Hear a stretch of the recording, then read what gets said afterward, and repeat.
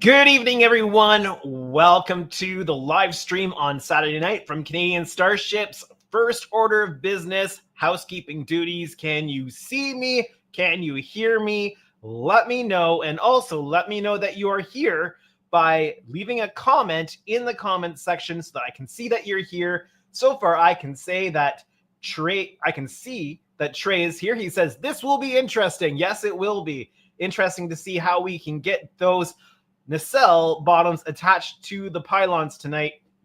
Wrong hands. You might be able to see they are a little bit behind me. On the I was going to say on the deck behind me. No, on the bench behind me. There's a pylon. There's a nacelle. It's sitting there ready to go. Ken is here. Good evening, everyone. He says, Ken, I hope that you are feeling better than you were earlier. Captain Shalaman is here. He says, hello, everyone. Ken says, I can see you and hear you. That is good to know. It's nice to know that I'm not just here blabbering on to no one because you can't see me or hear me. So good to know that you're here. And Captain Shawman says, loud and clear, sir, ready to beam up. So we are going to be doing some fun stuff, hopefully, tonight. And, of course, I have my tea, Earl Grey, hot, now in my Captain Picard teacup. So we've got the tea, Earl Grey, hot. And we should be ready to go. So I've done some preparation work today so that we can get right on to getting those nacelles bottoms, just the bottoms. We're not installing the whole nacelle tonight. We're just getting the bottom part of the back end installed, which is what really needs to be lined up so that we can build everything else above it. Because what's going to be happening is, first, we're going to get those nacelles installed to the pylons, make sure that they're nice and square, that they're lined up perfectly. Then we're going to work on getting that whole back pylon assembly attached to the lower secondary hull part, which is on one of them, at least, already onto the armature. Then we're going to be working on getting the lighting in the whole secondary hull area. And then once that's done, we're going to put the top of the secondary hull piece down, and that will be the major construction on the secondary hull. We will need to then build up the nacelles and complete those. Then it's moving on to the saucer section. So March, as I've said, is construction month. We have to get this whole thing constructed by the end of March, because then April has to be painting month, because May needs to be decals, clear coats, all that kind of stuff, and getting it onto, or at least mountable onto the base, because then at the end of May it has to travel to Louisville, Kentucky for Wonderfest. So that is where we are at. Ken says, nice cup. Thank you, Ken, and thank you for donating towards that for this lovely prop that we have on set now. The only problem with these is that they don't hold an awful lot. I think they're about 6 ounces. They don't hold a lot, but they're cool to have on camera. Let's see. Ken says, feeling a bit better if I lay still. All right, well, don't move around too much. Just take it easy, and hopefully you'll be feeling better here shortly. Ian is here. Hello, Ian. He says, hi, all. And Ken saying good evening to Ian. And Trey is here saying it's the cheap engineer. And let's see. Wonderfest is in Kentucky. What day is it on exactly this year? Wonderfest is on the weekend at the end of May, beginning of June. So whatever that weekend is. And technically the main events run the Saturday and the Sunday. But I do believe there's some stuff that happens on the Fridays, too. I'll be there sometime on Friday after we make the trip here from Kingston, and bring a Big Enterprise D along for the ride, hopefully. That's the goal. So It will be arriving sometime Friday in time to set up a big Enterprise D in the dealer room. So that is the goal. And Ian says, feel better, Ken. Yeah. All right. So we're going to be moving on to see what we can do about installing the pylons. And there's just a little bit of work that needs to be done before we do that. So let me grab the parts. Let me bring them over to the desk here. I have a temporary, and actually, if I just switch over to the desk view, I have this piece of wood here that we're going to use as a building surface on top of the desk, because it's going to need to sit permanently for the next 24 hours or so once we get this aligned. And if I build it on top of this, then I can remove it off of my desk. So that's what we are going to be doing. All right. Funny enough, this piece of wood actually came from Helios Models.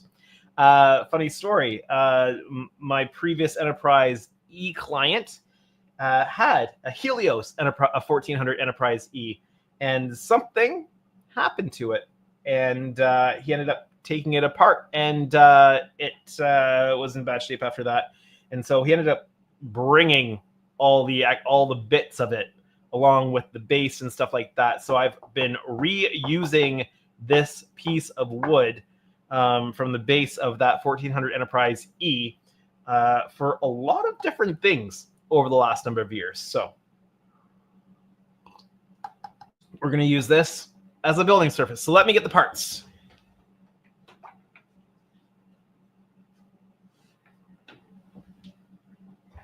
Here we are.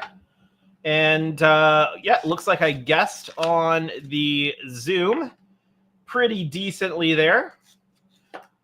I will walk you through what's been done and what we are going to need to do tonight. Hello, computer.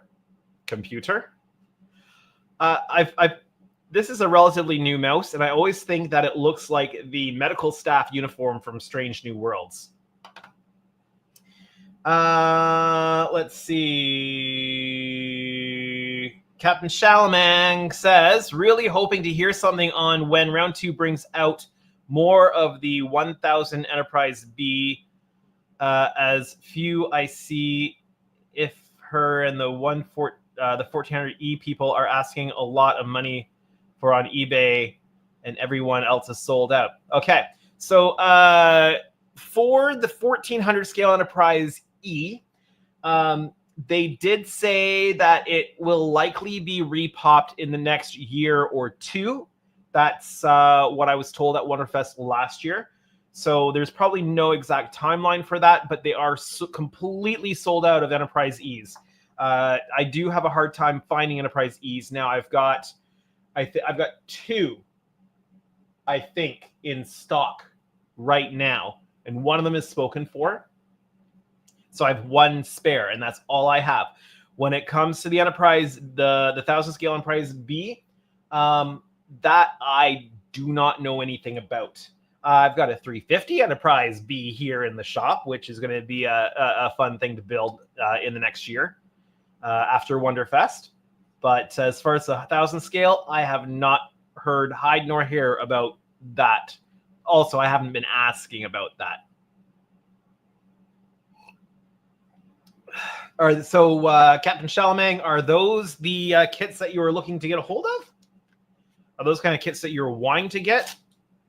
Or just like, it would be nice if they happen to repop those that you'd like to get them? So these were masked for masked and internally light blocked. So I'm just going to remove all of that before we install.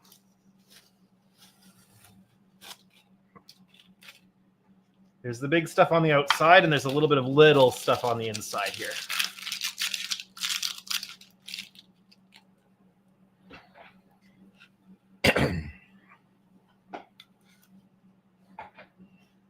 So that was the big stuff.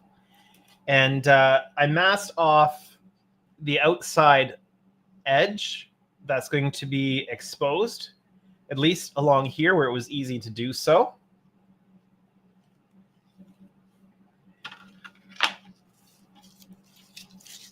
Get rid of that tape.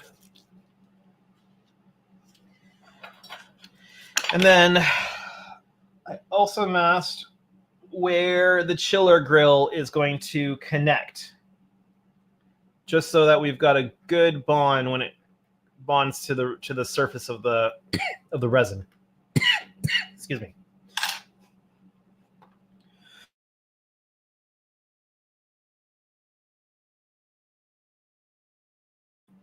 Just as the countdown was wrapping up, I took a sip of my tea, Earl Grey hot, and just a little bit of it went down the wrong way, and that just causes trouble for me for a while after that. So I'll just hack up along for the next little bit probably, which is great content for live stream. Trey says the Enterprise E needs a larger accurate kit. Yes, it does. I would love to see round 2 put out. Sorry, I'm just checking the light blocking. Looks good. Round 2 could definitely use putting out a 1,000 scale kit for the Enterprise E and for the Enterprise D, in my humble opinion. I think a 1,000 scale kit, commercial kit, for both the Enterprise E and the Enterprise D would do very well. It's the 1,000 scale is a nice size for those ships. For those who want something that's just a little bit bigger, and I think that they could do a really nice job on those now. There are so many inaccuracies on the 1,400 scale kits. The 1,400 Enterprise E is just way too narrow. It's like squished narrow in. It needs to be wider for the length of it. There's some creative license you have to take when you're doing the paint job on it in certain areas to get it to work, because of it just being considerably more narrow than what the studio model is.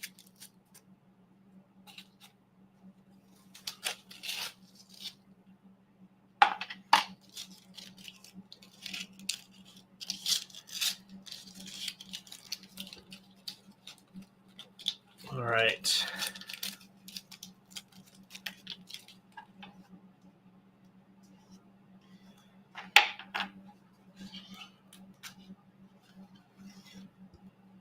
It's kind of fun to remove tape off of a model.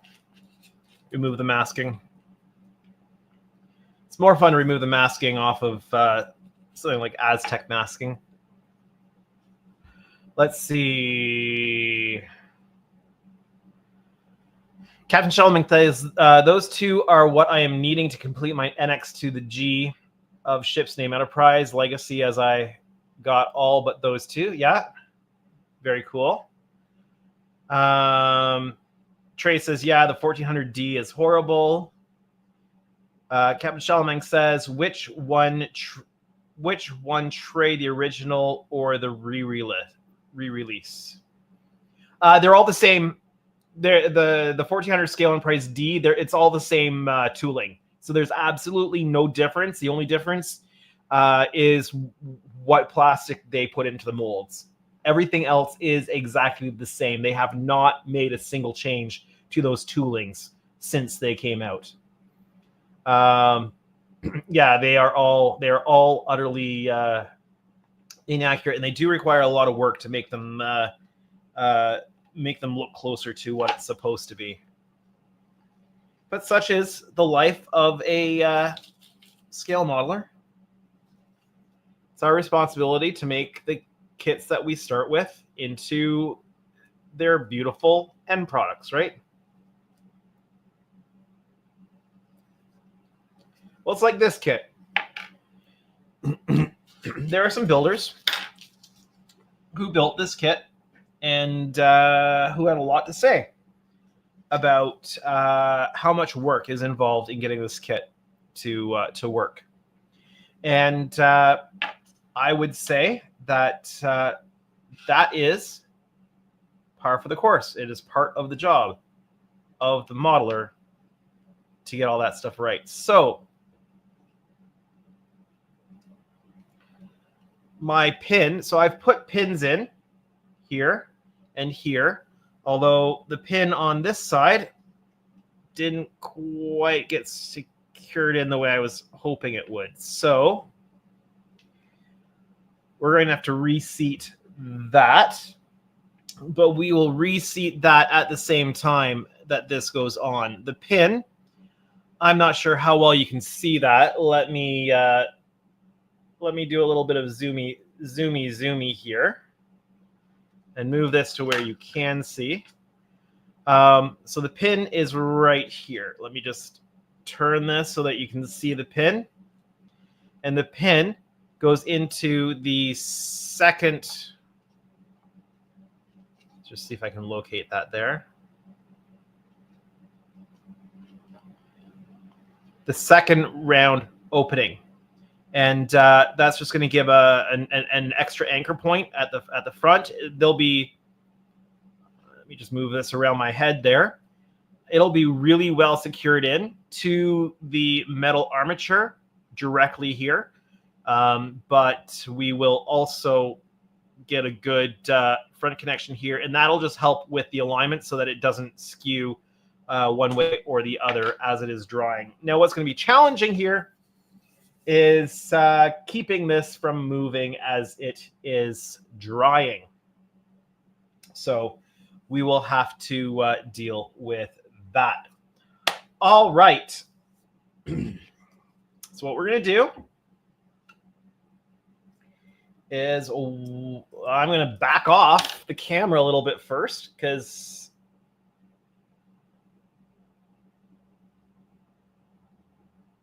that was way too zoomed in. Okay.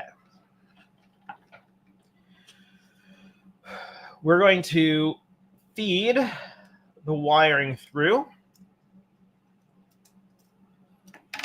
Actually, let me just check. Captain Solomon says that makes sense, I guess. The conversion parts for the Galaxy X was annoying me with the spinal phaser lance not looking right and sitting flush with the bottom of the saucer section. Okay. Which upgrade parts were those from? Like, where did you get? Where were you getting your upgrade parts from?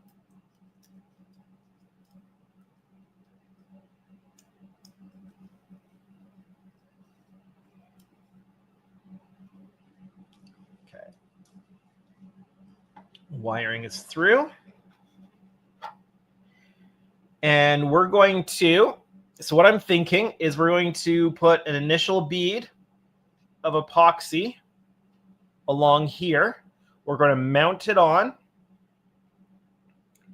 And we're going to probably allow that to set more or less and lock that down. And then once that cures, I'm going to go in and backfill. So if I lay this on here, and yes, I've got the port nacelle. Once it is cured, then I will go ahead and I will backfill where the pin is up front here and this trench with epoxy. And that'll really, especially up here, that will really anchor this thing into the pylons. So I'm just wondering if we're going to be able to manage to do this both at a time. We should be able to do both pylons. Pylons? Nacelles. I am using pylon and nacelle interchangeably for no apparent reason. And I just put that through the wrong way. It's supposed to go into the nacelle from the outside. Here we go.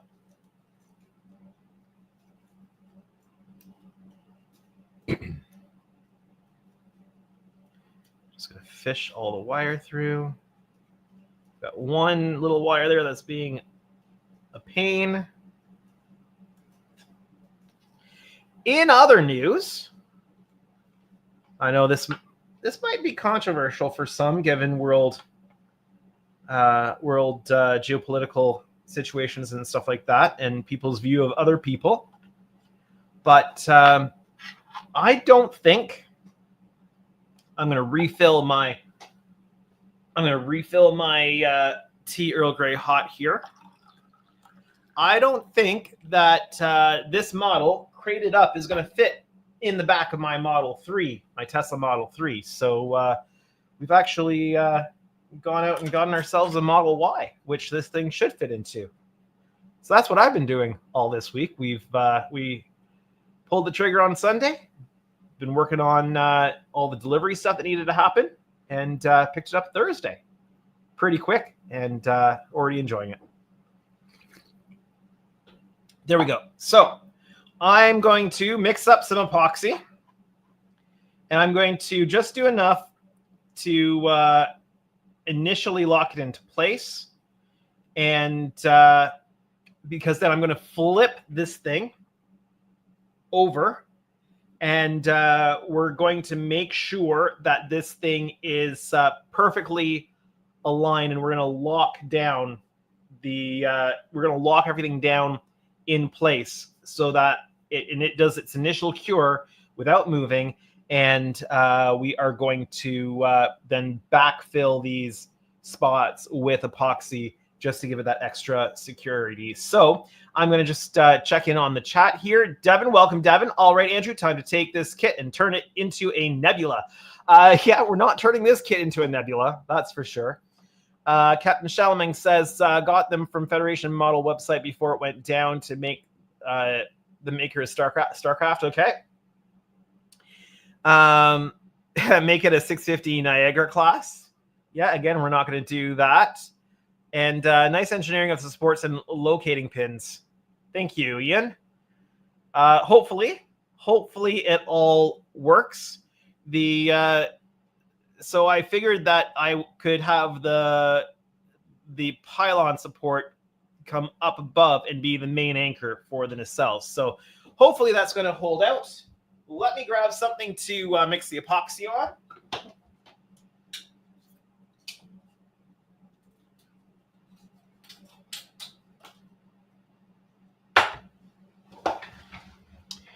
I just use scrap plasticor,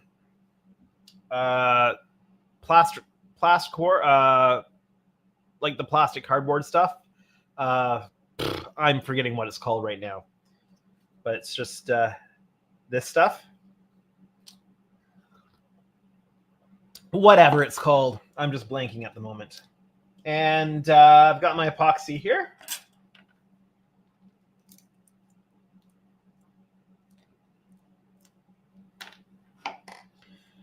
And we're going to do both at the same time because I want to be able to flip it and tie it down.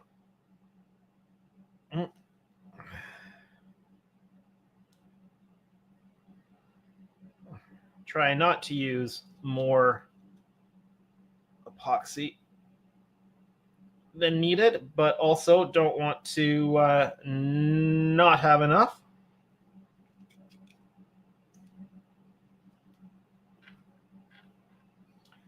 Getting near the end of this batch. I know I'm going to go through quite a bit more as I build the model.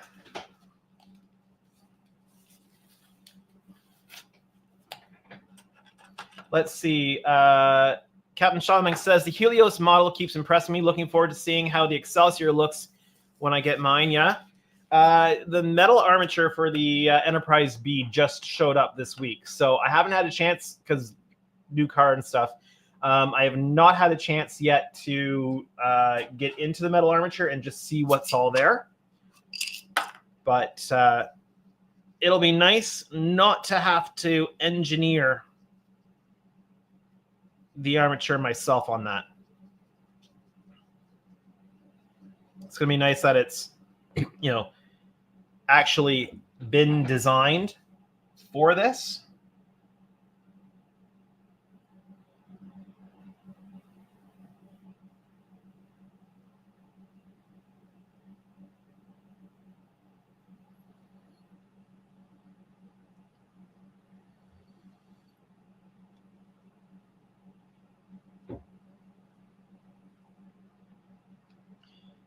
You know, I always say this, and Jordan has quoted me on this a few times, never do anything important on a live stream. Well, tonight we're doing something kind of important on a live stream, and hopefully it goes well.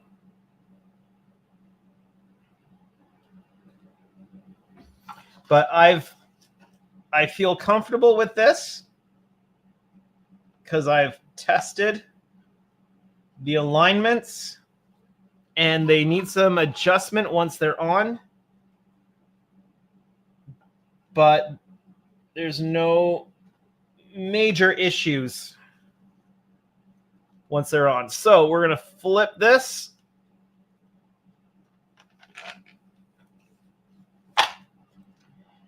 And we're going to lay these down flat.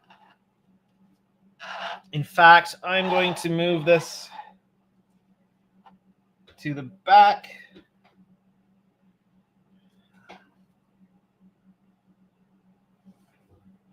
I'm going to make sure they are aligned.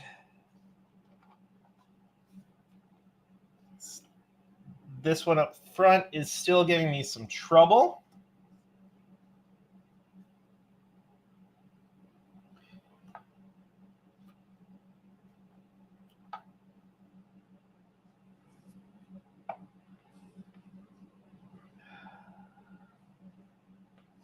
This is going to be a little awkward.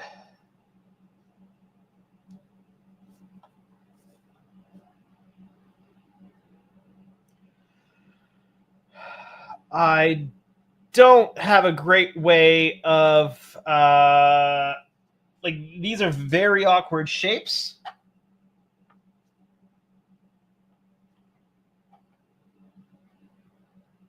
So I do not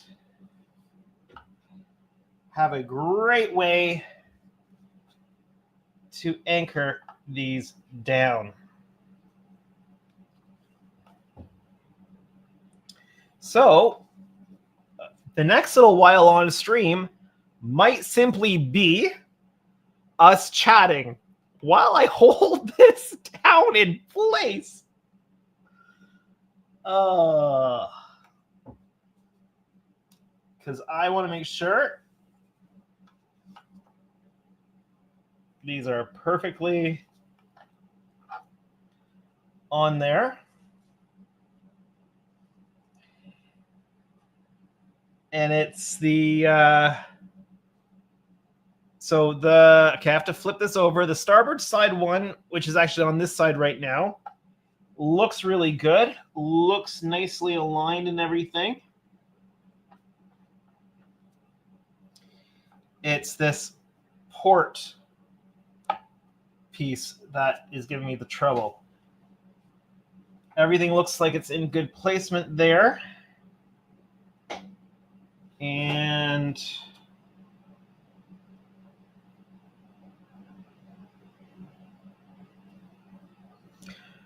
I'm going to, okay, I'm afraid you're not going to see this very well.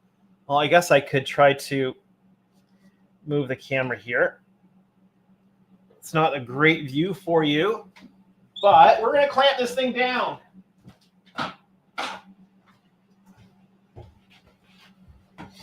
To the best of our abilities. And these clamps are not going to work.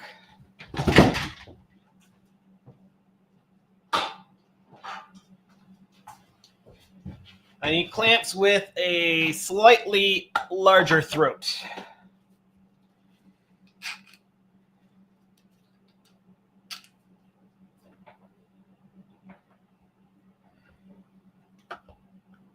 And I don't even know if this is going to work.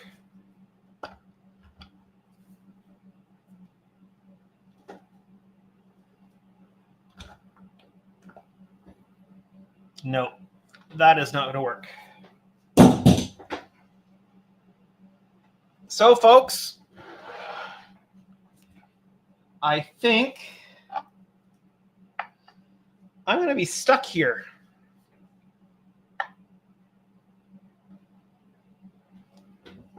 Just like this. For the next little while. So, that said, I'll do my best to keep an eye on the chat here. I may not be able to put chat up. We'll see.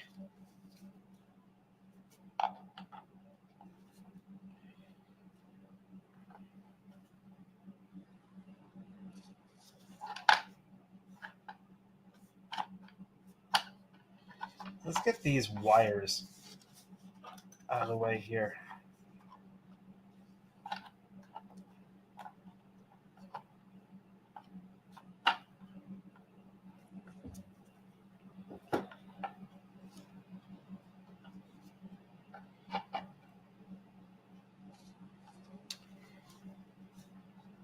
It might have been a good idea to do one of these at a time. We'll see. But that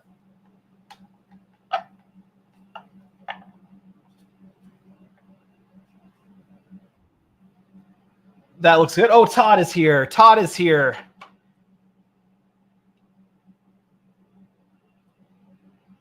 Oh. You want some help? Hello. Hey. That would be wonderful. Do you have a pair of hands? You look like your hands are busy. If you can help me with the chat, that would be awesome. Of course. Of course. My hands are going to be a little occupied here, I think. Yeah, I just jumped in and I see your hands are quite full. These, well, the shapes are so incredibly awkward. Yeah. And this is going to need me to, I think, hold it down. Well, what's the last thing you read? Are you marking them? I had marked something up there. Like I'm going to just scroll up and see. Yeah, so I marked the last one. Okay. Well, Ian says congrats on your new Tesla. Thank you. It should be able to hold this thing in the back of it, crated. So that's good. Excellent. Devin says, I look forward to my 650 Excelsior copy. Helios leaves me on read when I inquire about it. Client and I are getting antsy. Yeah. So probably what's going on is that they don't know they don't know when individual customers' kits are being made. And they're getting a lot of inquiries. So it may take a while to hear back because they are probably trying to communicate with people whose kits are ready to ship out. No, I don't know, and I don't know that for sure, but that's just kind of the sense I'm getting. Gotcha. Ian says, my buddy got a Ford Mach-E, and it's very fun. Yeah. Such a strange-looking car to be a Mustang, though. It's a Mustang in name only. Yeah, yeah. I don't know if you saw this, your super chat from Dash. Oh wow. Thank you, Dash. $50 US. Is that right side up, or are you down? Because in space, if the ship was oriented that way, the people inside would be on the ceiling.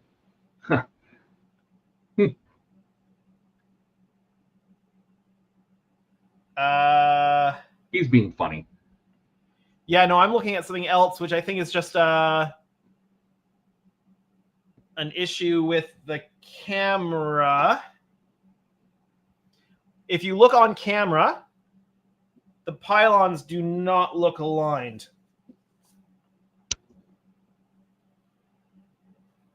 They look really wonky. I mean, the nacelles look really wonky, don't they? Well, it's hard to tell because your surface that you're working on doesn't look square either. Well, there's a circle, a square painted on it, and it's not square to the outside square. Yeah, the right one does look like it's leaning out. Yeah, which I'm pretty sure it's all square.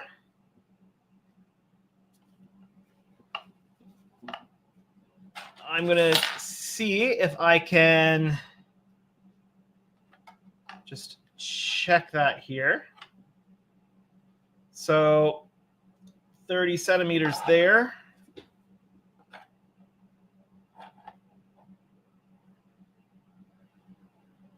It does look like it's, although they do get a little bit bigger. They get wider at the back. Yeah, they get wider in the back. So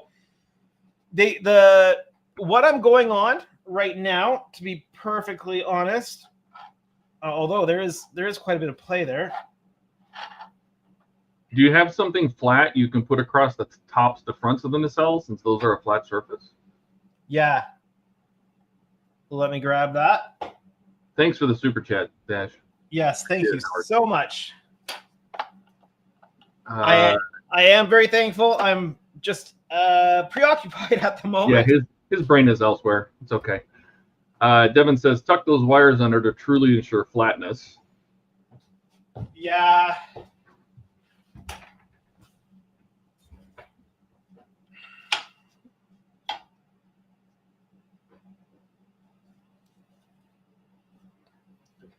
Let me see about getting those tucked underneath. And Trey says, same thing. Those nacelle bottoms be slightly rotated inward unless you tuck away those wires. Oh, see, Devin said the same thing I just said. Could use a straight edge pressed against the front of the nacelles to make sure they're straight in regards to each other. Yeah. Good idea. Which is what I'm now doing.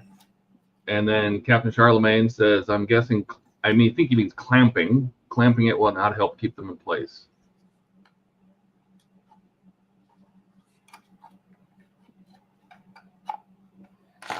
Okay. Would it be easier to tape those wires in so you don't keep fighting with them as you move it around? Well, had I thought about doing that at the beginning,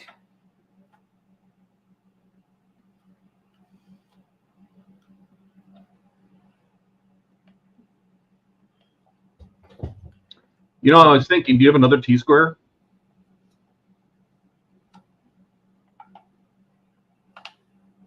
Because I think you could pretty easily find the center line of each nacelle, and you could have a T-square at the front and the back, and make sure your distances between centers are exactly the same. Well, you know what? Sorry, my head was in the way, but I was just looking, and so they look like this one looks really wonky on camera, but the front is aligned there, so that's got to be just a camera angle effect there. Have you already glued this? Yeah, it's not set yet. Yeah, I wonder if center line to center line would be the best way to do it. Even if you mark the table, and you just say the center lines are, because the fronts, right? And you can say this is where, if you knew what the center lines were, then you could mark the center lines the same distance front and rear and align the nacelles to it, Yeah. Well, the pylons look aligned onto where they are supposed to go on the nacelles. And the front of the nacelles are lined up with the square, with the straight edge. So I think what you're seeing on camera, because I am not seeing the same wonkiness in person when I get way up high and look straight down. Interesting. Okay. Devin says the big square is a fantastic, good idea. Yeah. Yeah. That's what I was thinking. That's why I asked if you had two of them, because you could put one across the bottom half too, and see if the distances between center lines were the same. Well, I think we've pretty much got this, but I really like the tapping into the hive mind on these live streams for some of this stuff. Yeah. Because other people will think of things that I should have thought of, like using the square. Ian says, it reminds me of part of our Wonderfest stream holding Johnny 5 together using a World of Wayne clamp. Yeah. Yes, definitely. Yeah, he just hit 80,000 subscribers today too. Good for him. Very nice. Very nice. Yeah. Well, he was the person that was nearby. That's all I had. I'm just like, here, Wayne, hold this. He goes, okay. Well, it's impressive. It's 80,000 subscribers is really impressive for what really is a niche market, right? For part works, yeah, it is. Part works or modeling or any of that Yeah, stuff. and it's majority part works, right? It's almost everything he builds is part works. He has kind of dabbled in some other stuff here and there, but it doesn't not nearly as much. A lot of the stuff he starts, he doesn't. He either finishes in one stream or it moves on. He's got little things here and there. Devin says, "Is any of the pressure you're applying right now to straighten it going to relax when you let go?"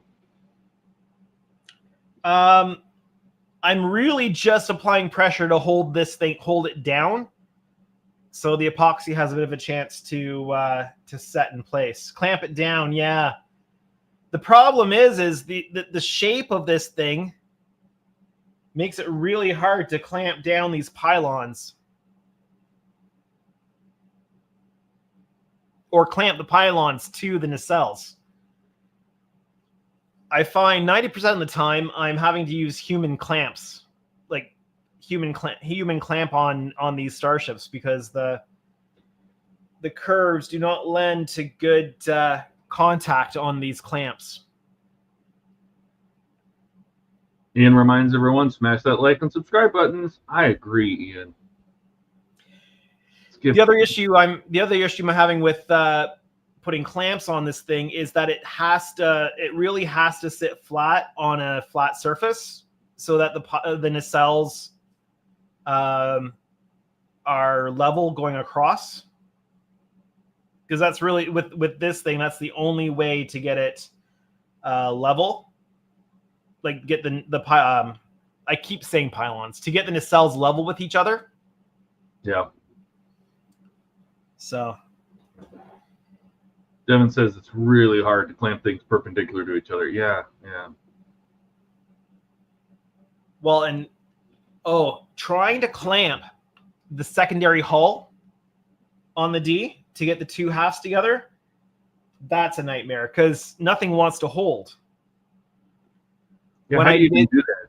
When I assembled the Don Shoko D, what I ended up doing was putting sandpaper down and then clamping to the sandpaper so that the sandpaper would hold it on the model and give a chance for the clamp to hold in place long enough for the epoxy to set. I wonder if it'd be worth 3D printing or something, a buck basically that was shaped around, shaped the top and bottom of the secondary hull, for example, but it was square on the outside edges, right? So you could actually clamp those two bucks together and it would compress, and you could line it with foam or rubber or something, and it would clamp. It was designed to literally clamp that shape together. Yeah, you'd have, like, as Devin's saying, you'd have to build some sort of custom clamping rig. If you were building a whole bunch of them, I'd say yeah. If you're building one or two, maybe that's a lot of work to do one or two. But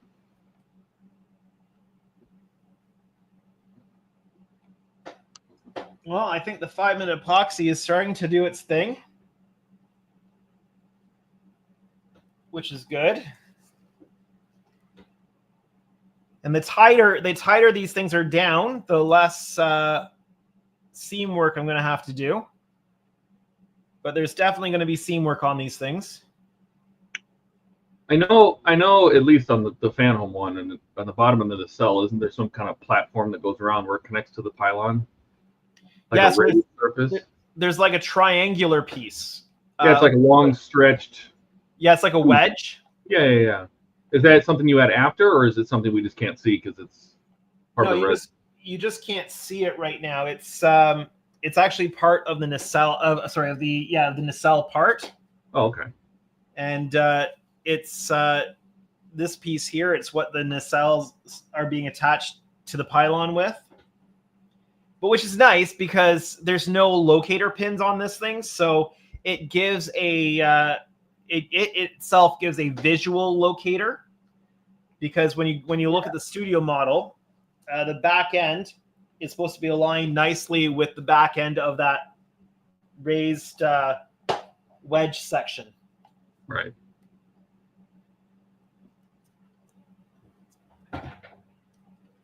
So I think we're going to be okay on this. Hold it for twice as long, just to be sure. Oh yeah. I mean, this part over here is going to need a little bit more TLC. And of course, the pylon just might have gotten a little wonky over time here. So I'm just adjusting for that. But I wish there was a way for me to actually clamp this thing down, especially this one side. Although I wonder, I can get this out of the way now.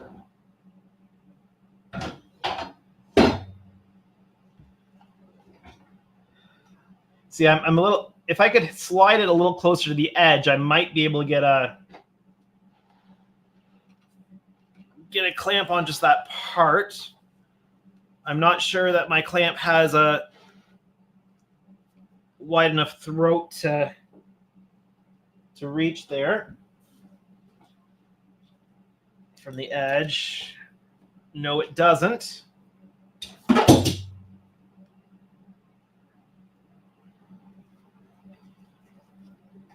But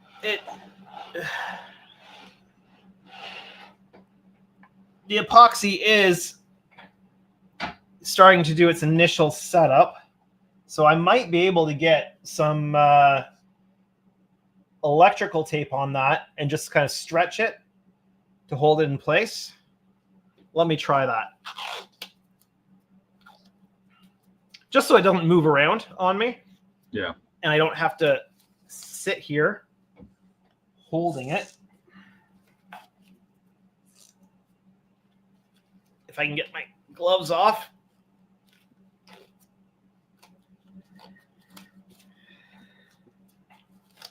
This is typically work I wouldn't do on a live stream because it's kind of critical stuff, but it's where I was at. And who knows, people might be tuning in to see if it epically fails, right? Don't say that. You know what? Just imagine if you hadn't put that reinforcing bar in the pylons. You put all that weight in the center and it snaps that thing in half. Oh yeah. Could you imagine? Oh no. No, I couldn't imagine. All right, I'm going to try something here. I wonder how the other guys did this. I didn't look, but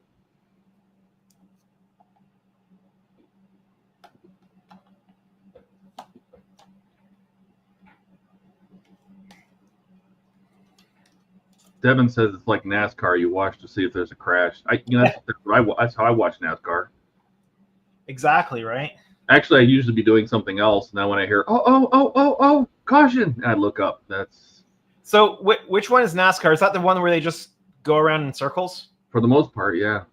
They're trying to get away from that. They're putting a lot more road courses on the schedule and stuff, from what I understand. But I don't watch it anymore. So, but aren't those cars like specifically designed to turn one direction? Yeah. So how do they handle road courses? Different car. Okay. Looks the same on the outside. Under it, it's pretty different. Okay. I'm going to grab a bit of weight here.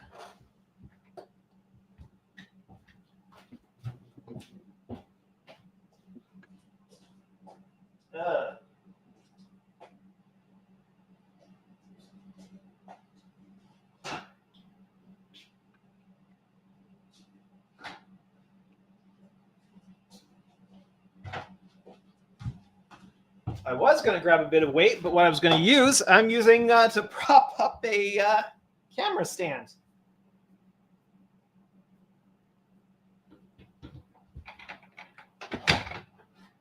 This has a bit of weight to it. Oh, I just crashed my chair into my desk.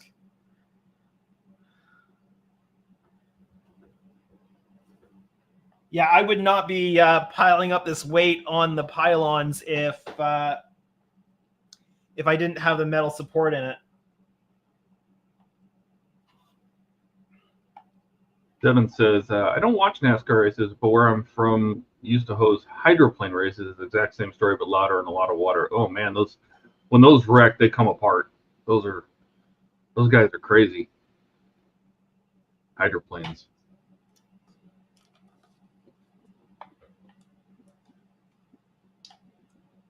I think we might have it.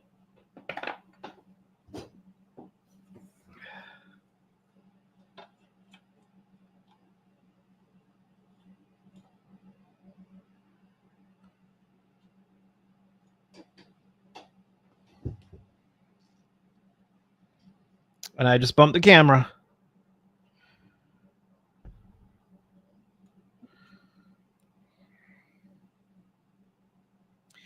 I mean, it's going to be impossible to get these aligned to the very micron. But now I'm not going, I've only done the initial epoxy. So I don't know if you were on when I was laying down the epoxy. Were you watching when I was putting the epoxy on the pylons? No, I didn't get to catch that part. So all I've done is done the initial along the like the butt edge, the butt joint. That way, if after this cures up, I get it turned over, or at least this is my thinking. So if when I get this turned over and I'm examining it from all the different angles and measurements and stuff like that, and it looks off, because I've only done the butt joint at this point, I should be able to separate it and then readjust and redo. Yeah. I thought you did the whole shebang from front to back. So I did it front to back, but I didn't pour in any epoxy where the metal support comes up. Mm-hmm. So out of the pylon. So that's not secured in it. So it's just the flat pylon to nacelle parts. So it shouldn't be too difficult to separate that if I absolutely had to and then redo it. I'm thinking that we're actually pretty good here. So again, I'm gonna take this camera off my stand. So just bear with me for a bit of a nausea ride here for a moment. But let me see if I can position this so you can see what I'm seeing.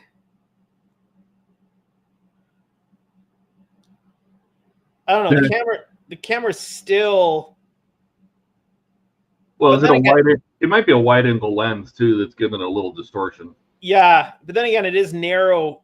It is more narrow at the front than it is at the back, right? So it gets fatter the further back it goes. Right. Dash says, don't sneeze, don't bump the table. Devin says, zoom in just a little more to reduce the fisheye.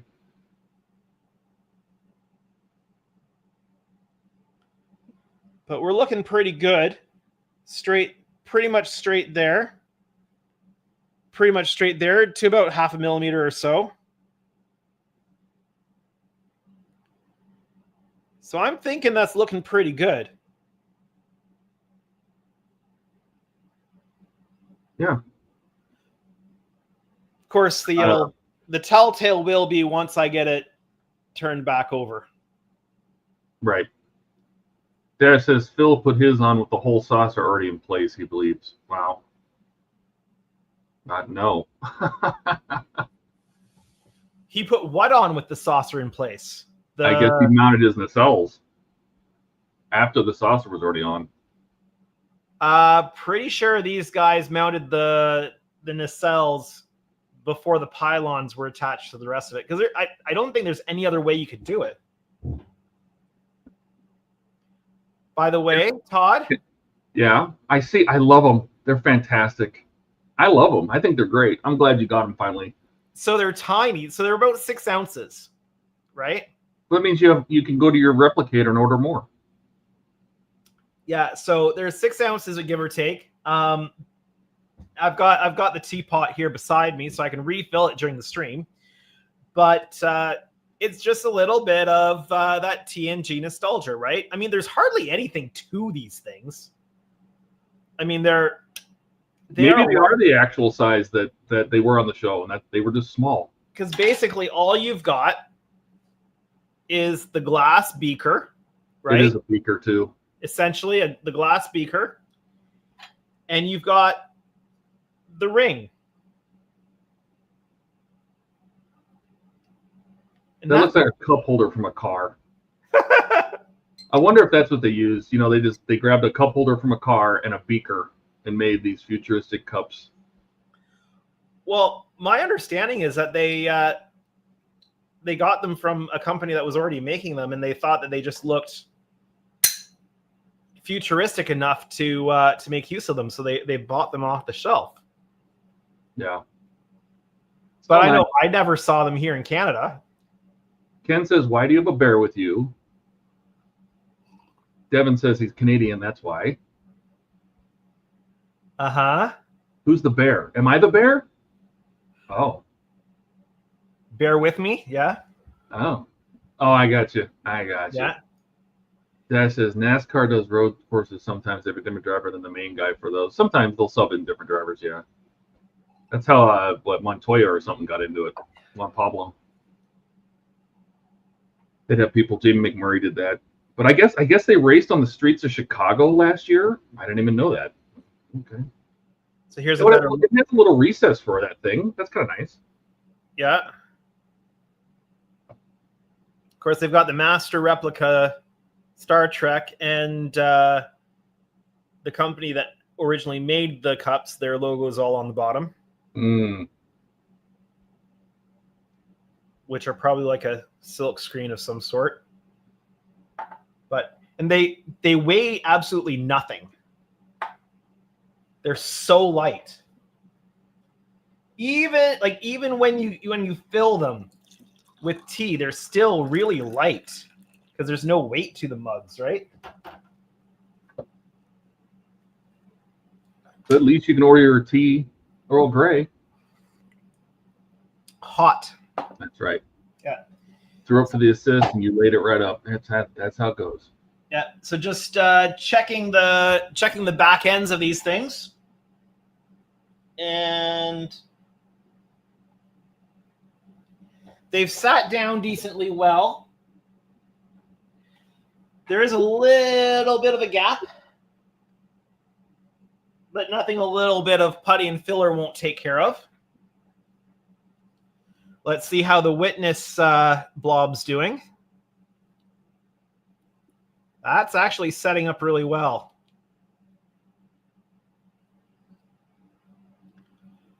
So if we muddle through here for a little bit longer,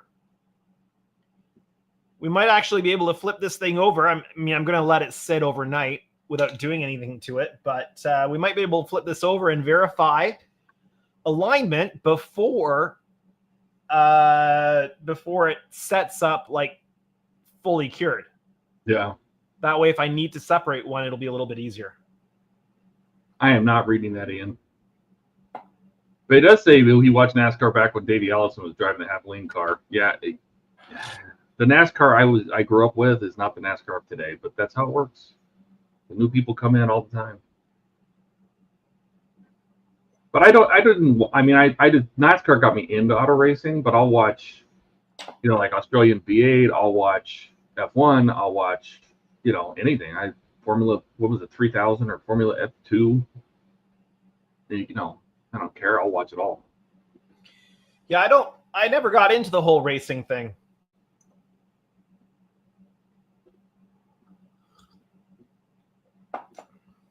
Now, that said, watching the Top Gear guys race across weird places on the planet in whatever vehicles are part of their rules for that thing, that I find interesting. I heard they canceled Top Gear finally after like 25 years. Well, Top Gear wasn't the same after no. Clarkson, Hammond, and May. May left. Yeah. Sorry, I'm a After little slow to think of his name. Yeah, it was never the same after they left, and they tried for a while, but it just didn't have the same vibe. And after, I think 2 years ago or so, that was last year, ended Top Gear. Well, they turned the Star in a reasonably priced car into an off-road thing. And I really I loved the Star in a reasonably priced car segment that they would do. And that wasn't the same ever again. And when really Top Gear, it's getting late. I'm tired and I'm not talking properly tonight. My wording is difficult. The Top Gear really Top Gear really became, as far as the modern Top Gear, the three guys, right? And to replace the three guys meant it wasn't the same Top Gear anymore. Right. Because Top Gear certainly was not the format. It was the dynamic of the three guys.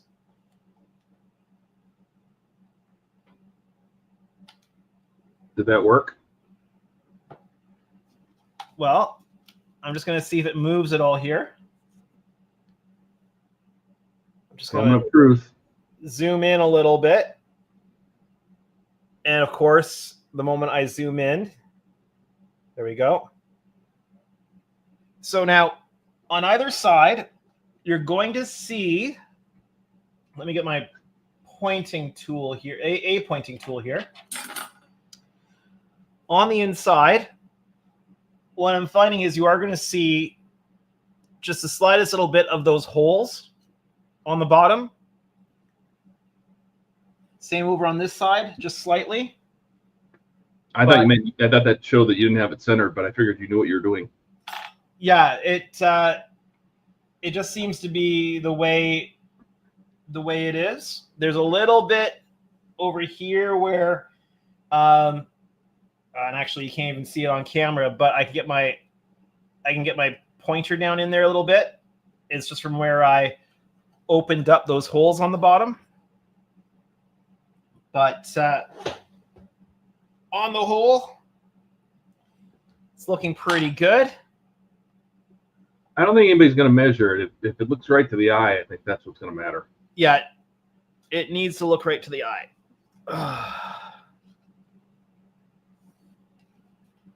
You want to zoom out again? Yeah, I'm going to here.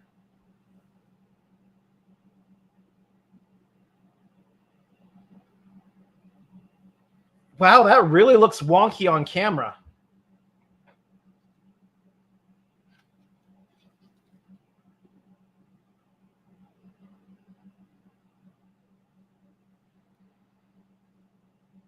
It doesn't look bad when you do it when you hold it like that. I feel like some of this there's a fisheye effect if you're fully at wide angle. Like if you give it a little bit of zoom, that might help straighten it out. But yeah, what I'm going to do? Like the fronts are farther away than the tails.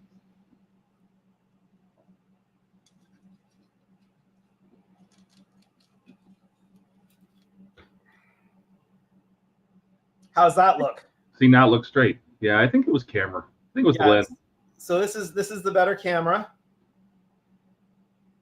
I think there's some lens distortion stuff happening on the iPhone camera. Can you hold the straight on view? Like tilt it 90 degrees towards you? Yeah, there you go. There you go. Trying to... Front is back, back is front. Yeah. Devin says that looks great. I agree with him. Yeah, it looks so much better on that camera. Yeah.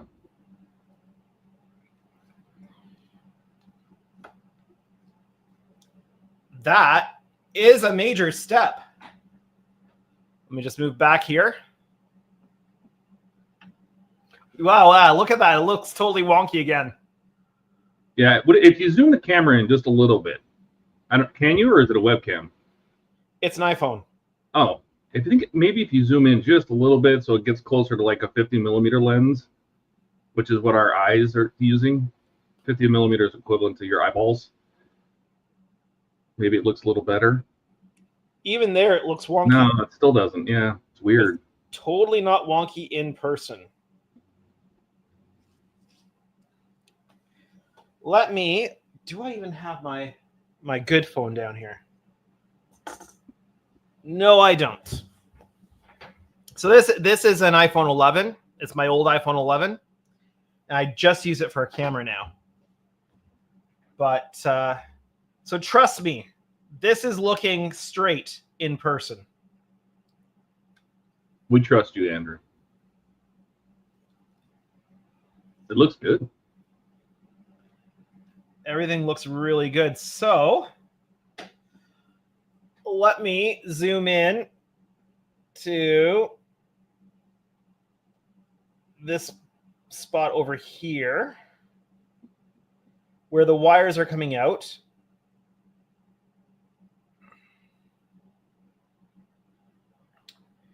So what I'm going to do is I am going to start to just backfill this area in here with epoxy. It's going to work its way down into and surrounding the pylon support that the nacelle is joined to. And so that should give a really good permanent solid connection point. Oh, yeah. For these nacelles. And then I don't know if you can see, but the pin is coming up here. So I'm going to backfill this area with the epoxy as well. And that'll hold everything front and back. It should not ever move. Are you gonna build it up above the hole so it has like a mushroom head, so it's got a good clamping surface? Like on at least on the slot, around like we have the slot and the wires. Quite possibly, yeah. We'll just have to see how. Instead of, you know what I mean? Because if you just fill the slot, you're relying on the friction of it. But if the epoxy has like a mushroom head because you fill it above that slot inside the nacelle, you build like a head on it. Yeah. So it goes to the sides. Then it acts like a rivet, right? Yeah. Should be able to do that. Okay. Yeah. So I'm happy with that. Very nice work. Yeah. Those human clamps are nice. I mean, there certainly is a little bit of filler and putty work to do right on the back end. Let me see if I can show you. Like, there's a little bit of a gap right at the back, both sides, but that's not going to be too much of a problem. I'm more concerned about everything looking level, and they look pretty. Actually, I have somewhere here. You read your T-square on them. Your L-square, does it go straight across? Let me zoom this out a little bit. Nope. It always wants to pinch the wrong way, or at least the way.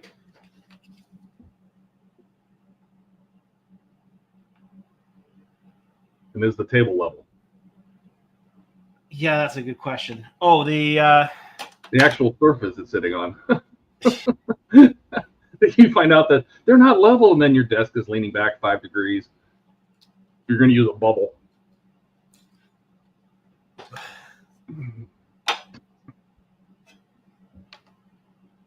Well, the whole pylon section is kind of raised up because the wood is not flat. So that's not going to tell me, but they look really good to the eye, which is what's going to matter, right? So what I'm going to do is let this, actually, let me just double check everything here.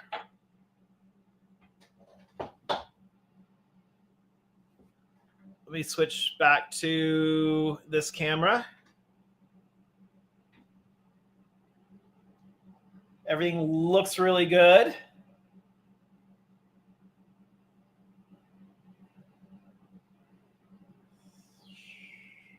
Yeah, it's interesting. When you have it centered, it looks like the bend is way less shallow, and then when you center on the Nacelles, it looks much more like the L shape we're used to. It's interesting. It's just a visual thing. Yeah. But looking at it with my eyes, looks really good. So I think I'm going to go ahead and lock that in.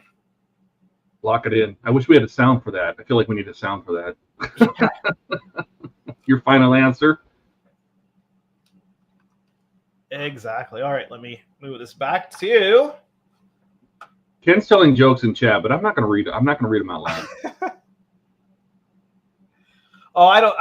I've lost track of chat here. That's okay. Dash says one looks straight, the other looks like it's running off to the side. It looks off on here. Yeah, it's tough to tell on the camera because you have camera. The lens will do weird things.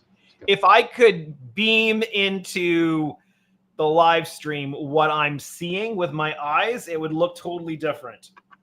But those look here. Talk amongst yourselves for a moment. Let me grab my other camera and my other phone, and let me see if I can get a better image of it here. See, if he had a theme song, I'd play his little theme song. Maybe Andrew needs a theme song.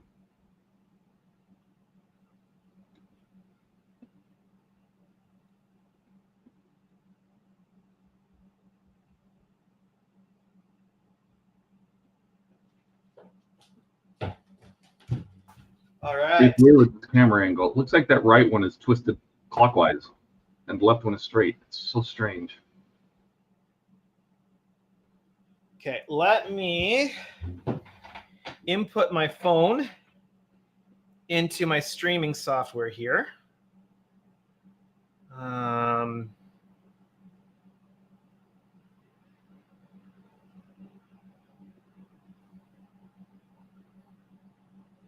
Be careful joining your phone to the stream. Just a heads up.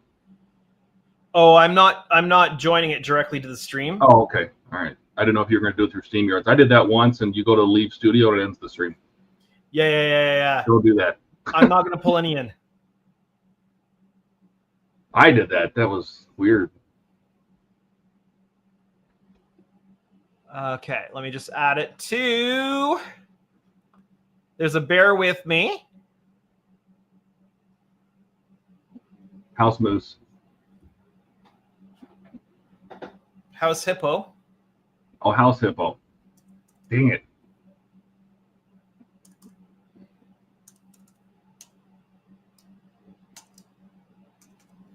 Just going to take me one moment to add this camera, because I can't add this one hardwire direct, so I have to do it wirelessly.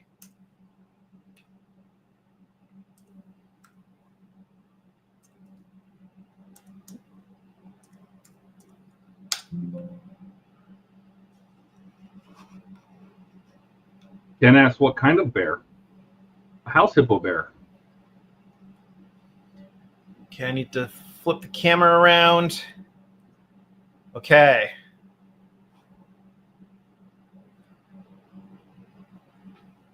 How's that looking? That's better. Mind me while I put this keyboard down. Let me grab this above here. Oh, you still get a little bit of the distortion. If I bring it down like this a little bit, it sure looks a lot straighter. Yeah.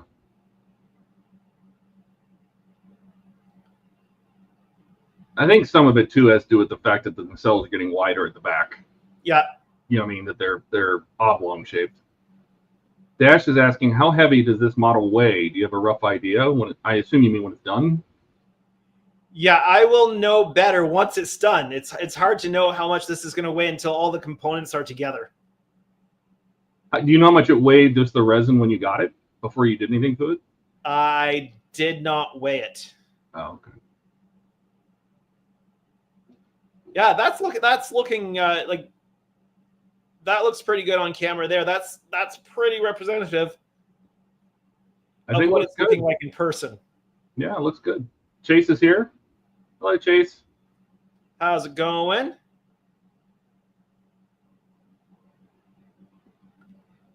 Yeah, I'm happy with that.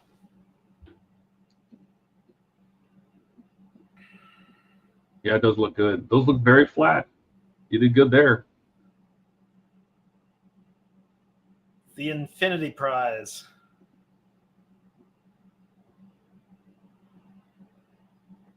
That is so big.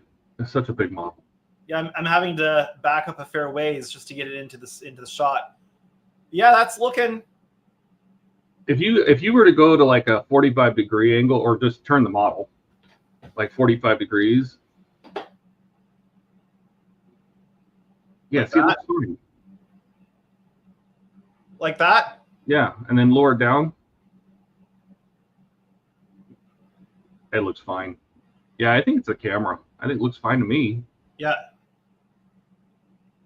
Here I am speaking for everybody, but it's your eyes that matter. Dash says, let's see how it flies. Yeah. Soon enough. She ain't gonna fly yet. That's for sure. She's still at Utopia Planitia. Leave her alone. If we go the other side.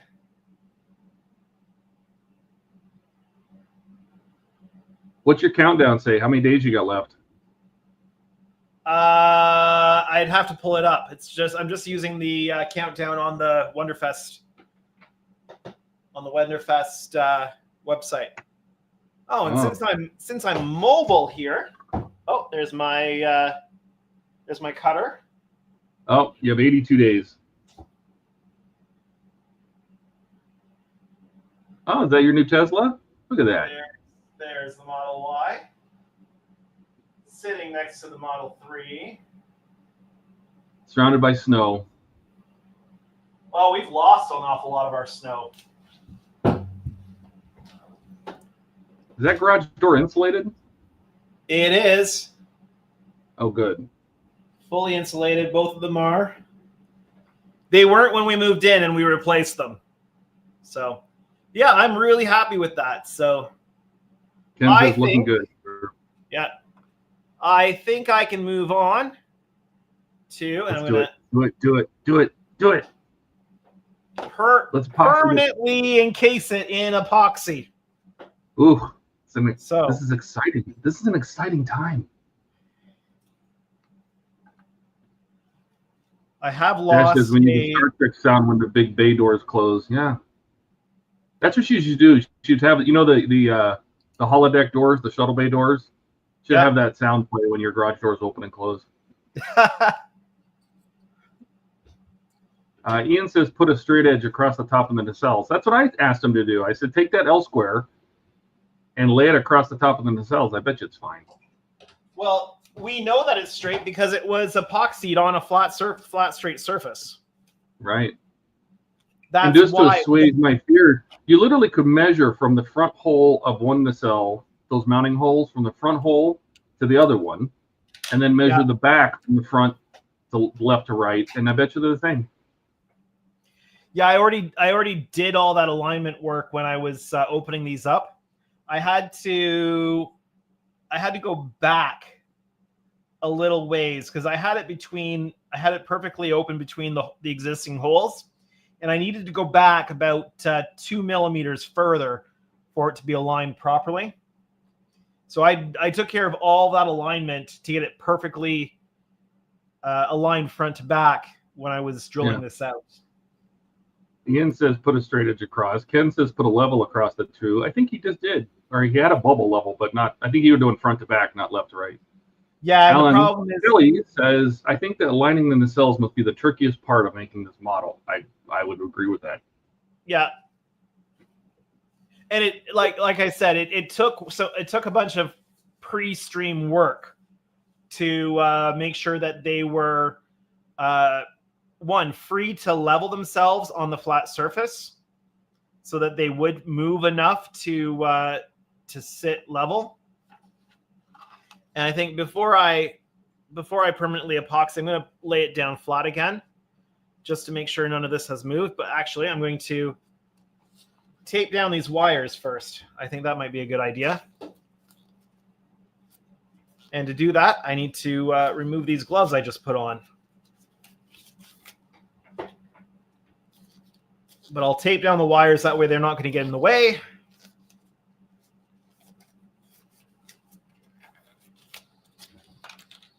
There we go.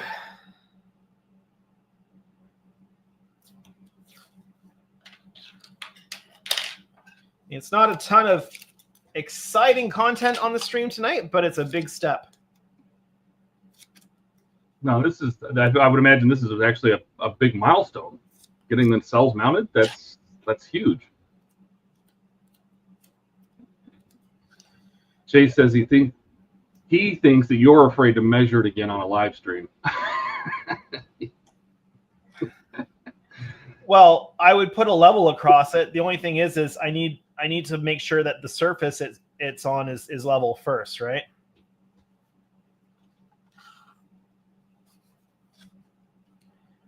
Let's flip her over and make sure she's sitting flat.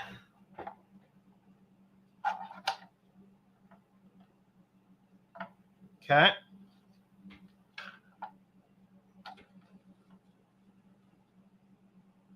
Yeah, so she's good. She's good this way. So let's get it locked down.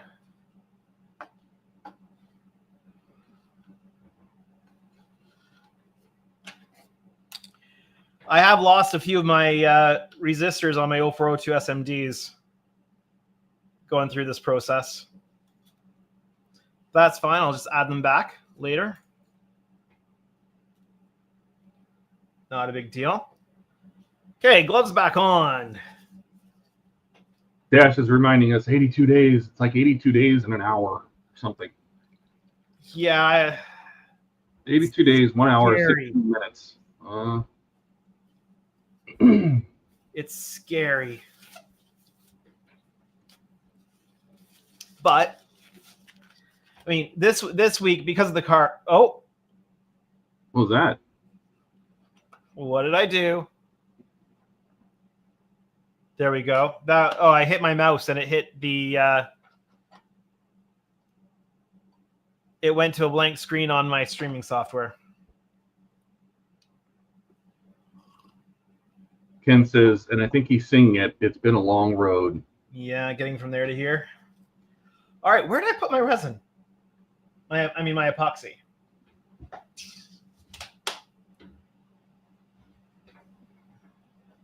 I mean, do you remember what day you? There it is. Do you remember what day you started it? It's underneath your keyboard. Do you remember what day you received these? It's been a while now.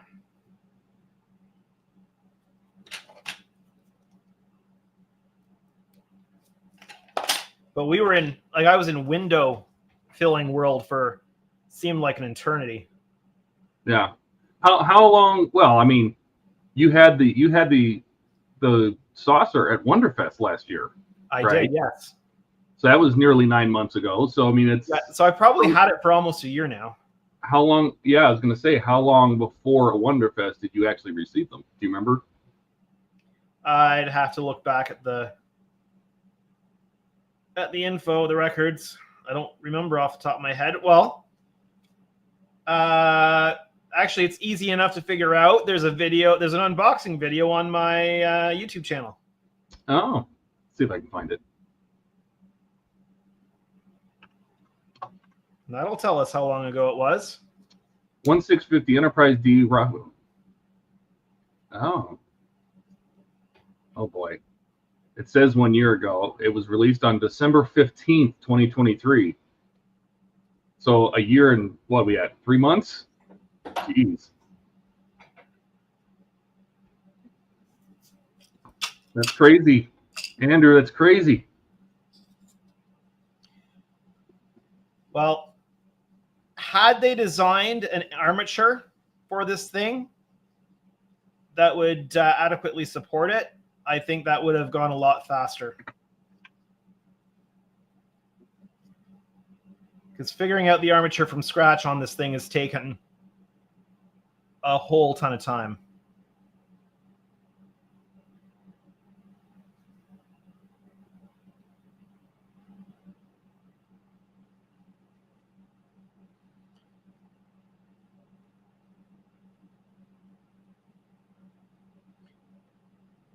Now, also keep in mind that that was when just the resin kits came. And then there's metal pieces and corrections to things and all kinds of stuff that's also had to happen. Yeah, I mean, I know you had to cut grooves and all sorts of stuff. Yeah.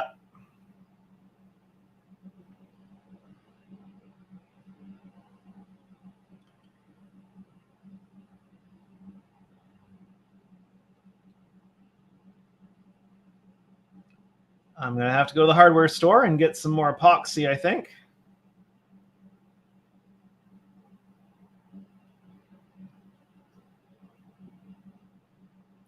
This thing is going to be an epoxy hog as I get it assembled. The nice thing, though, is now that the bones of this thing are in place and all of that has been cared for, I think, fingers crossed, that the actual assembly, construction of this thing is going to go fairly quickly now, and I need it to. But it should be fairly straightforward just to piece this thing together and get the lighting in. Get her sealed up. How long do you think the paint prep and painting will take? I'm hoping it only takes a month. I mean, I need it to only take a month, right? So if I can save time anywhere, like make back time anywhere, that'll be bonus.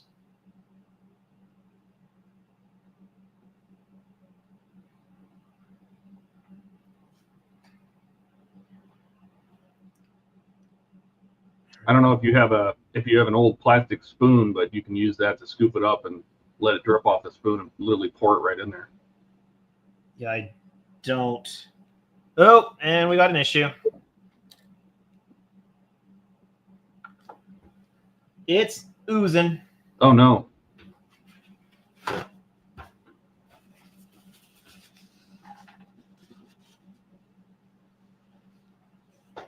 It's oozing out the bottom.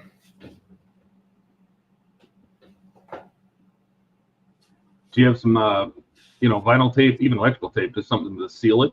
Yeah, I'm gonna actually just throw some Putty, something. 3M Magic in there, I think.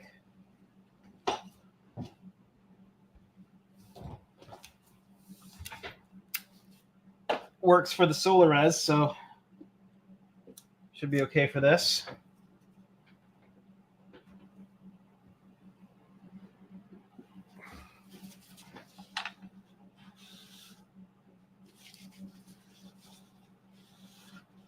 Try to get as much of it off as I can.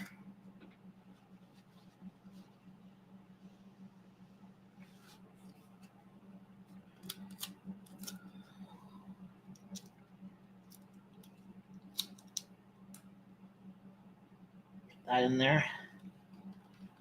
Seal her up. And I think I'll proactively do that on the next one. It's fine on the outboard side. It's just the inboard side that's a problem.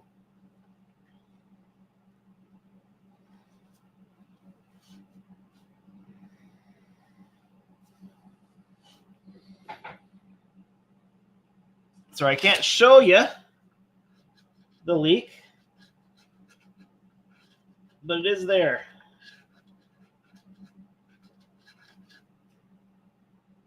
But that should take care of it. So I've just put a bit of 3M Magic Tape in there. It does a good job of keeping the solar res in.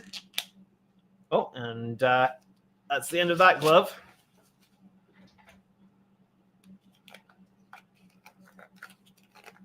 Oh, and I guess Ken was trying to tell me where my Yeah, he was. I said it and then he said it. Yeah.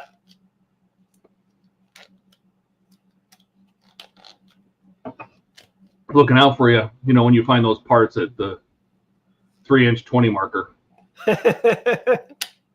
On the cutting mat, right? Mm-hmm. There we go.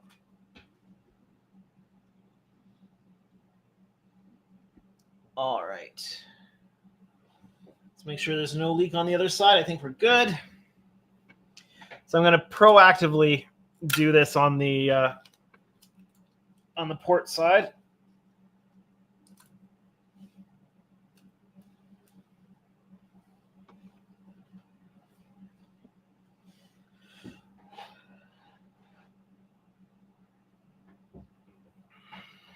There we go.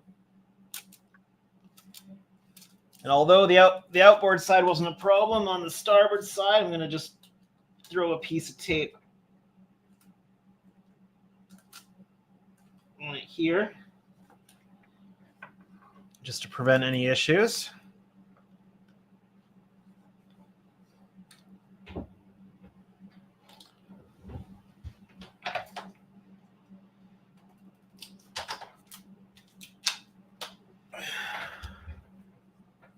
Grab a fresh glove.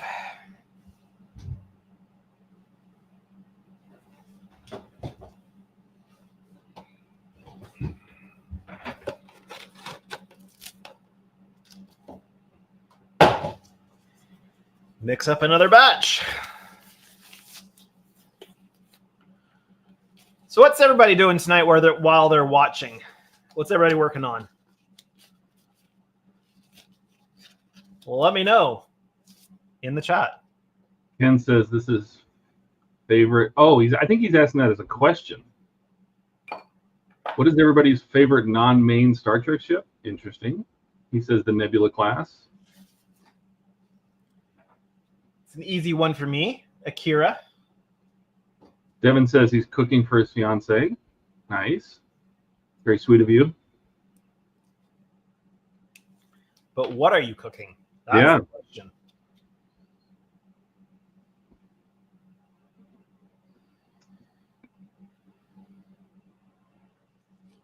Dash says zero sugar, blackberry, Dr. Pepper. I'm working on trying to take out deer while driving home. Jeez. Deer are not fun to take out with your car. No. They're better than moose, but I really do like the Akira class because that's the Reliant, right? Wasn't that an Akira? No. Oh. The Akira is the one they kind of highlighted in the battle at the beginning of First Contact. Ah. Devin says she's teaching me her favorite meal, loaded potato stew. She's going to have knee surgery. I'll be making it for her during her recovery. Aw. Ken says he's cooking McDonald's.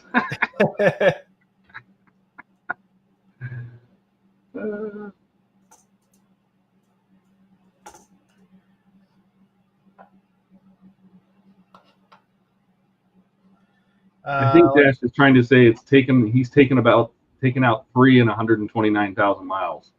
So he's talking about his truck. Akira class. Oh. Is that not the NX-01? No, but it is what the NX-01 was based off. Oh. Interesting. Yeah. So it was one of those ones from First Contact that you see in the battle with the Borg cube.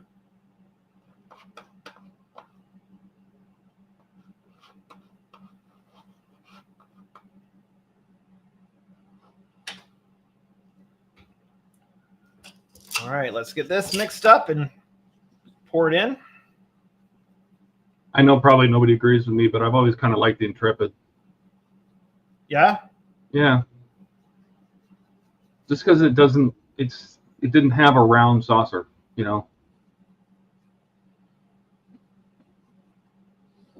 Well, I've got to say, it was kind of nice to get a bit of a different looking ship. Yeah.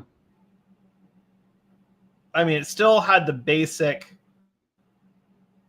parts, but they were stylized very differently than, you know, the standard saucer neck secondary hull kind of a deal. So Ken says the Grissom. Devin says he's partial to the Nebula or the Duderstadt glass.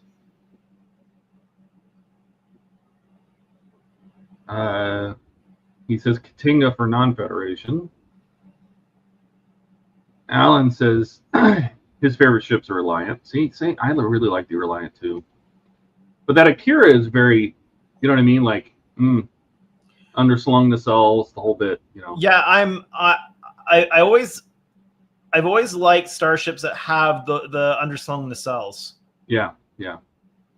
I'm not sure why I'm drawn to that. So I always liked the Nebula class when I was younger and TNG was on the air. But I really like the Akira. I also like the Luna class, which is Riker's Titan. Oh, okay, yeah. But again, it's like lower nacelles. So I think that's kind of just what I. As for your question, where you ask what people are doing, Alan says, I'm assembling a wooden building jig for model aircraft. It's not falling together. Ian says he's painting the two-tone silver on his front car bumper. There you go. Again, he's doing it the second time. Wait, what car? A real car or a model? No, he's doing the Fan Home Night Rider, but he's building it a car. So he's got a... Yeah, okay, got it. Yeah, he's painting the silver on it. Dash asks, wasn't the Intrepid class actually more of a ship built for battle versus exploring? I think it was designed to be a science vessel. Yeah, that's what I thought too. Ken also mentioned the Larson class. I'm not sure which one that is.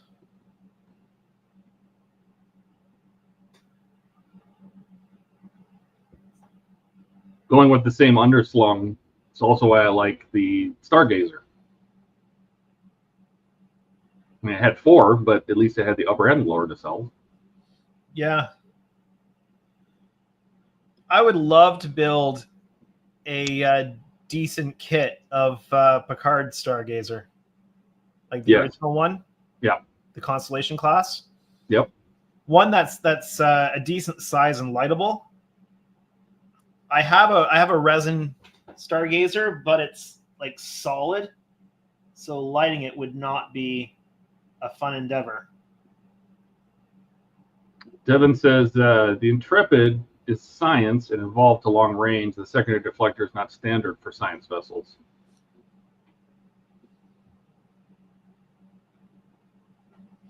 Yeah.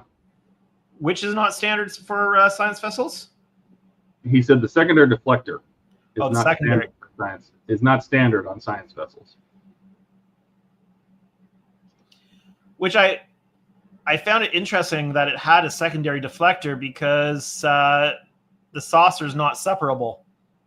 Yeah.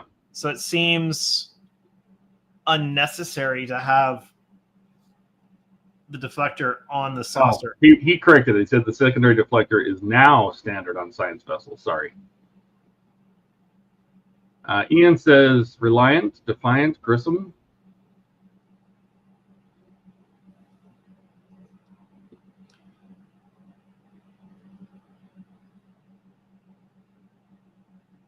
I kind of feel like TNG overused the Reliant model as Miranda and as Soyuz. Oh yeah, that's what it was. The Miranda class, right? Ken says the Larson is a TOS ship with one nacelle. See, that's any of the Star Trek ships with one nacelle seem weird to me. I don't like them. Yeah, I'm not a fan. I'm also not a fan of all the fan designs that make use of 3 nacelles. I am not a fan of that. What about the Dreadnought Best of Both Worlds version of this one? Yeah, again, not a fan. I mean, If it had a fourth one sticking out the bottom, would that make it better? no. Just the original D. And there's some weird compulsion among some of the fans that like to design ships to add copious amounts of nacelles that just don't make any sense.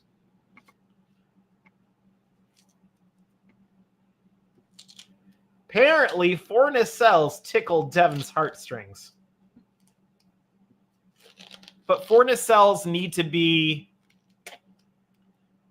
designed well into the ship.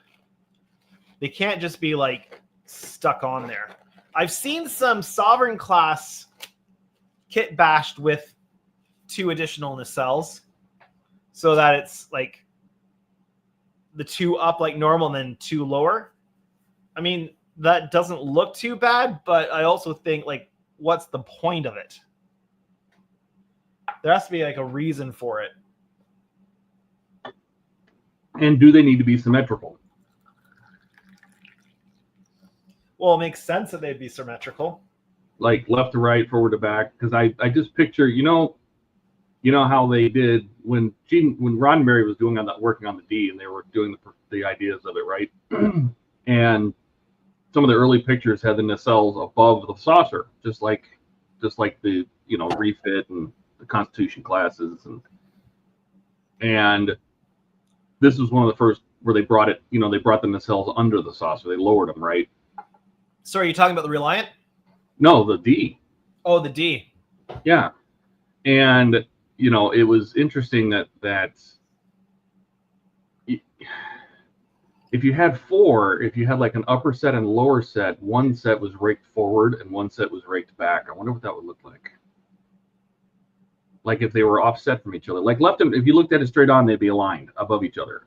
But from a profile side, like the upper set is either forward or than the lower set or vice versa. We'll have to have Jody draw something up. He loves drawing things. So, yeah, I promise everybody, these are still perfectly aligned. This one looks like it's like going off that direction. It does. It really does on camera. It looks like that one is leaning out to the right. It is so weird. But it's Ken said he put a Larson in general. He means the Discord, general chat. Devin says the Sagan class did it right. No force nacelle ship will top it for me. Both offset front ways and from the side looking dynamic. Let me look. The Sagan class, I believe, is the Stargazer from Picard Season 2. If I'm not mistaken. Well, I want to see it from the side. No, that's not what I'm thinking. Well, that kind of looks like an X-Wing. It's a little weird. Are you seeing the Sagan class? Yeah, I'm looking at it. Because the upper and lower nacelles are the same forward. Like the same. Oh, no, I guess the tops are a little bit forward. Let's see. The new Stargazer. I guess they are sitting a little forward than the lower nacelles.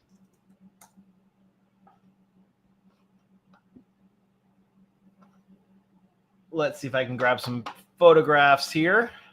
I have one to share if you want to see it. Here. Oh, you got it? All right. I found a profile shot, and the upper nacelles are kind of, if you drew a line up from the bottom of the nacelles and kept that angle going and moved the top nacelles to match that angle, so basically the front of the Bassards would be on a perfectly the same plane,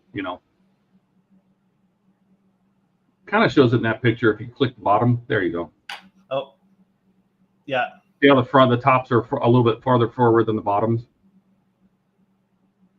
That's what I was talking about. Yeah. Yeah. But it looks like an X-Wing from the front, and I can't shake that. So. Well, and I find it interesting that they kept the nacelles the same orientation, top and bottom, whereas I think on the Constellation class, they like they made one upside down versus the other. Dennis C says, love the USS Stargazer from Card Era. It's a Sagan. Yeah. Yes. Alan Kelly says, I really like the Excelsior. You're going to build one of those, aren't you, Andrew? Well, I'm going to build the Enterprise B that has the extra bits on it. It's got the extra impulse engines. It's got the extra bits where Kirk, they needed the extra space for Kirk to die and blow a hole in the ship. Oh, well, because you always need that. You need to have that extra Kirk dying space. Yeah. I think that on that one, I may attempt to do dynamic cabin lighting. Dude, that would be so good. Just have it do the lights come on and off as people are moving around, or yeah. So as the ship is on display, if you watch it, you would see like a set of crew quarters dim their lights or turn off or turn on or shift color or something like that, right? Yeah, I love it. It's too bad that that's such a fat ship, because how cool would it be to be able to like see a turbo lift going along the side of the ship, like up the neck or something? But well, not on the B. The B is such a it has no neck. It's a big fat body stuck to the saucer. Yeah. It looks pregnant to me, like it's carrying babies in its pouch. Yeah, I don't know. The Excelsior looked, the way that they filmed that model for Star Trek 3, it looked so hefty and big compared to what we were used to at the time. Yeah, it had no neck. But then you translate that over to the same studio model in TNG, and the thing looks puny. Right. Well, everything's puny to the D when you put it in scale. Yeah. So Ian says his silver and his gloss coat is on and drying. Excellent. Did you get the rough edge with your tape? Ken says, in my mind, the Excelsior Reliant are the more main ships to me. Nice. Devin, I think we're talking about the Sagan. Top nacelles are narrower than the bottom, and the bottom are further back. Yeah. I agree, Ken. Looks like an X-wing. I can't shake it, not from the front. Well, the nacelles, I don't think the nacelles are narrower, but they're further inbound on the I think they're closer together, right? Yeah. They're not the actual physical nacelle itself's not narrower, but they're the same, but the top nacelles are closer together, yeah. X-wing. Like, see, if they had put a pylon like the D where it went flat out and then split doing up and down. Imagine if you had two of your center sections there. I don't know what we would call that, an aft deck. The pylon deck on the D. If you had two of those back to back, right? Yeah. So you had it went up and it went down at the same time, but that was obviously straight, not curved. And then put your four nacelles on. You know, that's how I picture it. When you do the X, it reminds me too much of an X-wing. Yeah. Devin says they kept the Sagan's nacelles facing the same way to differentiate from the Constellation's mirrored nacelles. Yeah. Gotcha. That's what he meant. Yep. Yeah. We figured it out. Between Andrew and I, we got it. We sorted it out. We sussed it out. I want to point out, just to point out the weirdness going on with the camera here. The square. If you look at the square on camera, that sure does not look like a 90-degree angle. No, and you said the white box is square. You painted that square, right? Oh no, it's what you mean on the. Yes, the white box on your surface is, that's square. No, it's not. Well, it's not square to the outside of the wood. No, but the box itself is square. I know it's not squared it's not centered on the black part. Oh no, like the so I don't know if the white painted area is square or not, but the piece of wood itself is, and it looks like it's going out this way. Everything about it is an optical illusion, right? Because the white, first of all, you can tell that the white is being pinched out to the corners by the lens. Yeah, it's not square on the screen. If I take because that's the black is square, but the white is crooked. Yeah. See, the white is twisted to the right, Yeah. And I think that whole thing is throwing it off. Jay says, please remeasure it so I can sleep tonight. It's all level, it's all square. Do you have a small cutting mat with a grid? I do. If you put that underneath it, I bet it would look fine. I think that white box being twisted and off center of the black is just throwing the whole thing out of whack. But if it was on a background that was square, it would look right. All right, let's see what I can do here before we end. Let's see. Oh, yep. Ian's talking about his car paint. Should have slightly rough edge by default. Excellent. Ken says turn it around to face you. That's also not a bad idea. If the perspective changes by turning it 180 degrees, we know it's just the background.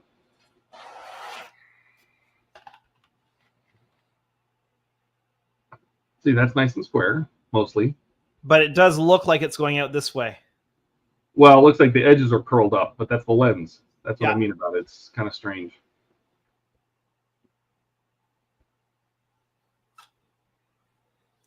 So you want me to orient it? Yeah, if you just set it on there, I bet you they look. Yeah, definitely the camera. That's better. Not as wonky. But they definitely look like they're like the front ends are farther apart than the rears. I swear this is just an optical illusion. The backs of the nacelles because it looks perfect in person. Yeah. Dennis says the USS Corolla is also amazing ship, Shepherd class. Oh. Can't say I've ever heard of it. I'm gonna have to look that one up.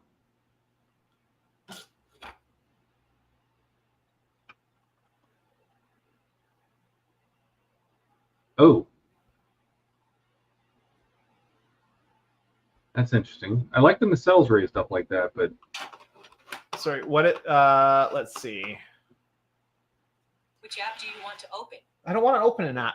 iPhone. I think it's. I don't. Do you know that weird design they made for the J, where it's all super skinny and the nacelles are really far out? Yeah. That's kind of this reminds me of. I'm not a fan of the nacelles being wider than the saucer. That's so strange to me. But everybody likes something different. I mean, it doesn't hurt anything. Oh. See, Ian says the nacelles don't line up with the grid on the cutting mat. Well, the nacelles are also tapered, right? Yeah, but I think what everybody's looking at is the line of the holes. Because that's what I'm doing. That's what I'm trying to. I'm trying to avoid looking at the shapes of the nacelles and more of the line of holes, and trying to see if those are parallel. But if you move it to the center, see now they look straight. Yeah, see, I'm telling you, this is camera. It's totally the camera. And everybody in the audience, I have tried to ask him to measure the distance between the holes. He doesn't want to do it. He doesn't want to do it.